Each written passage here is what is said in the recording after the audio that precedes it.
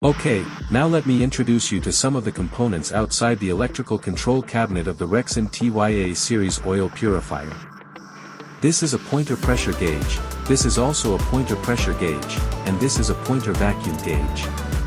The first pointer pressure gauge monitors the pressure inside the secondary filter canister, and the middle pointer pressure gauge monitors the pressure inside the tertiary filter canister.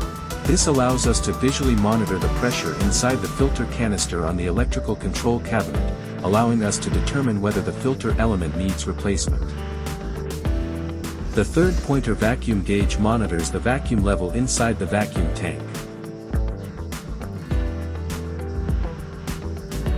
This is a domestically produced PLC display and operation panel, along with the control switches below. These are the power switch,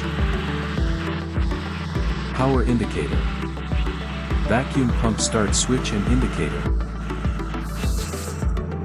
oil pump switch and indicator, heater indicator, heater switch,